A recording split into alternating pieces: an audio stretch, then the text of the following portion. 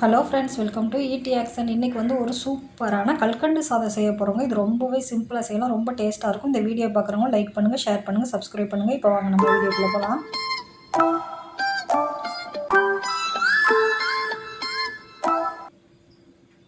இப்போ இந்த கல்கண்டு சாதம் செய்கிறதுக்கு வந்து நான் 100 கிராம் அளவுக்கு வந்து பச்சரிசி எடுத்திருக்கேங்க.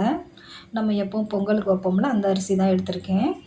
பாருங்கள், இது வந்து நல்லா ஒரு 2-3 தடவை நல்லா அலசிடணுங்க. அலசி எடுத்துகிட்டு வந்துடலாம். நல்லா அலசிடுங்க. இதில் ஒரு மாதிரி மாவாக தான் வரும். நல்லா சுத்தமாக க்ளீன் பண்ணி எடுத்துகிட்டு வந்துடலாம். இங்கே பாருங்கள், நல்லா சுத்தமாக கழுவி எடுத்துட்டிங்களா. இதை ஊற வைக்கலாம் இல்லை, உடனே தான் செய்ய போகிறோம். இப்போ வந்து ஒரு பானையில் இதை சேர்த்துக்கிறலாம். இப்போ வந்து ஆடி வெள்ளிக்கு சாமி கும்பிட்றதுக்கு தாங்க இந்த கல்கண்டு சாதம் செய்கிறேன்.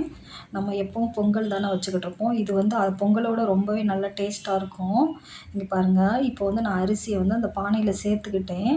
இப்போ வந்து இதை வந்து நம்ம பாலில் தாங்க வேக வைக்க போகிறோம். நம்ம தண்ணி எதுவுமே சேர்க்கக்கூடாது, பாலில் மட்டுமே தான் வேக வைக்கணும். இப்போ வந்து நான் வந்து ஒரு 1/2 லிட்டர் அளவுக்கு பால் எடுத்து கொஞ்சம் தண்ணி ஊற்றியே காய்ச்சி வச்சுருக்கேங்க. இப்போ காய்ச்சின பாலை தான் வந்து இப்போ கொஞ்சமாக சேர்த்துருக்கேன். அரிசி சேர்த்துட்டு அதில் கொஞ்சம் அளவுக்கு பால் சேர்த்துருக்கேன். இங்கே பாருங்கள், பால் வந்து இப்போ நல்லா பொங்கி வருது பாருங்கள். இப்போ வந்து நம்ம அடுப்பை வந்து சிம்மில் வச்சுட்டோம்னா தாங்க அரிசி வந்து நல்லா வேகும்.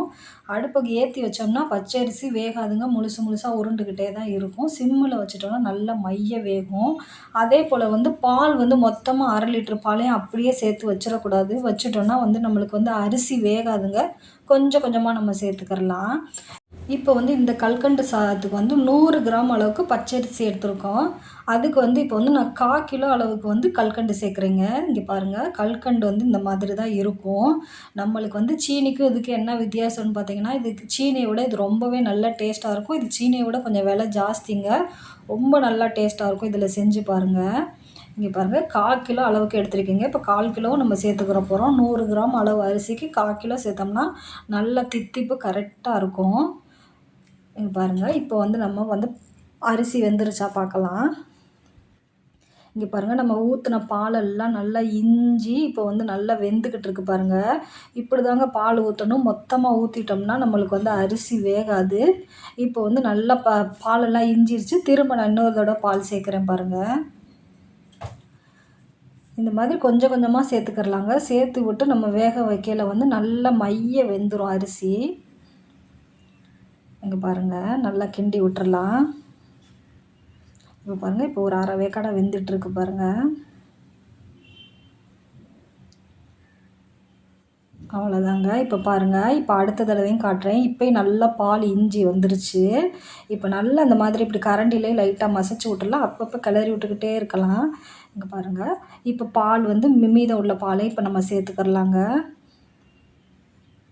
இந்த மாதிரி பால் கொஞ்சம் கொஞ்சமாக சேர்க்கையில வந்து நம்மளுக்கு நல்லா வெந்துடும். நம்மளுக்கு ஃபஸ்ட்டு பார்க்கையில கொஞ்சமாக இருக்கிற மாதிரி இருக்கும். நல்லா பால் ஊற்றி வேக வைக்க வேக வைக்க நல்லா வந்துருங்க. பச்சரிசி நல்லா கணிசமாயிரும். இங்கே பாருங்கள், நல்லா கிளறி விட்டுறலாம். இங்கே பாருங்கள், நல்லாவே வெந்துருச்சு. இப்போ அரிசியும் நம்மளுக்கு நல்லா வெந்துருச்சு. பாலும் நல்லா இஞ்சி வந்துருச்சு பாருங்கள். சாதம் பாருங்கள் வெந்திருக்கு நல்லா. நல்லா அந்த மாதிரி மசிச்சு விட்டுறலாங்க. மசிச்சு விட்டுட்டு இப்போ வந்து மீதம் உள்ள பாலையும் சேர்த்துக்கரலாம். இப்போ ஒரு 3-4 முறை நான் சேர்த்துருக்கேங்க. இங்கே பாருங்கள், மீதம் உள்ள பாலையும் சேர்த்துக்கிட்டாச்சு. நல்லா தண்ணி ஊற்றி தாங்க பால் காய்ச்சி வச்சுருக்கேன். கெட்டியெல்லாம் வைக்கல. இங்கே பாருங்கள், இப்போ லாஸ்ட்டாக ஊற்றியாச்சு பால். இப்போ வந்து கரெக்டாக இருக்கும். அரிசி வேகிறதுக்கும் இந்த பால் வற்றி வர்றதுக்குமே நல்லா கரெக்டாக இருக்கும் பாருங்கள். நல்லா ஊற்றிட்டு நல்லா கிளறி விட்டுருங்க. அடியிலலாம் பிடிக்காதுங்க. நம்ம அப்பப்போ கிளறி விட்டோம்னா நல்லா பிடிக்காது. அதே போல் வந்து இந்த மாதிரி ஈய பாத்திரத்தில் செய்யலை வந்து நம்மளுக்கு பிடிக்காதுங்க. சில்வர் பாத்திரத்துகளில் வைக்கையில் வந்து அடி பிடிக்கும். இந்த மாதிரி பாத்திரத்தில் சேர்க்கையில பிடிக்காது. இங்கே பாருங்கள், இப்போ வந்து நல்லாவே வற்றிட்டு வந்துருச்சு பாருங்கள். இப்போ இது கூடவே வந்து ஒரு 3 ஏலக்காய் தட்டி சேர்த்துக்கிறலாம்.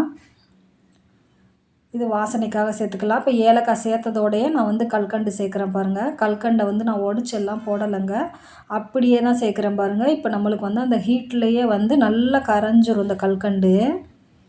பாருங்கள், எல்லா கல்கண்டையுமே சேர்த்துக்கலாம். 1/4 கிலோ அளவு போட்டோம்னா தாங்க நல்லா தித்திப்பு நல்லா இருக்கும். அப்போ தான் நல்லா டேஸ்ட்டாக இருக்கும். இப்போ கல்கண்டு சேர்த்து நல்லா கிளறி விட்டுறலாம். நல்லா சீக்கிரமாகவே கரைஞ்சிருங்க கல்கண்டு. ரொம்ப நேரம்லாம் ஆகாது. இப்போ கல்கண்டு சேர்த்து நல்லா மிக்ஸ் பண்ணிக்கலாம். மிக்ஸ் பண்ணிவிட்டு இப்போ வந்து இதுக்கு வந்து தித்திப்பு எடுத்து கொடுக்குறதுக்காக கொஞ்சமாக உப்பு சேர்த்துக்கிறணுங்க. ஒரு பிஞ்ச் அளவுக்கு சேர்த்துக்கிறலாம். இங்கே பாருங்கள், ரொம்பலாம் சேர்க்கல, ஒரு பிஞ்சு தாங்க. இது இனிப்பு டேஸ்ட்டு நல்லா எடுத்து கொடுக்கும். இப்போ நல்லா கிளறிடலாம். இங்கே பாருங்கள், நல்லா வெந்துருச்சு பாருங்கள். அரிசி வெந்துருச்சு, நம்மளுக்கு பாலும் நல்லா வற்றி வந்துருச்சு பாருங்கள். இந்த மாதிரி மைய வேகணுங்க நல்லா அரிசி. அவ்வளோதான். அப்போ நல்லா கிளறியாச்சு. இப்போ வந்து லாஸ்ட்டாக வந்து பச்சை கற்பூரம் கொஞ்சம் சேர்த்துக்கலாங்க. இங்கே பாருங்கள், பச்சை கற்பூரம் இப்படி தான் இருக்கும். இது வந்து ரொம்ப அதிகமாகலாம் போட்டிருக்கக்கூடாதுங்க. இங்கே பாருங்கள், நான் 100 கிராம் அளவு பச்சரிசிக்கு வந்து இங்கே பாருங்கள், ஒரு பிஞ்சுக்கும் கம்மியாக தான் சேர்க்குறேன். இது சேர்த்துட்டோம்னாலே போதுங்க, நல்ல ஒரு வாசம் இருக்கும்.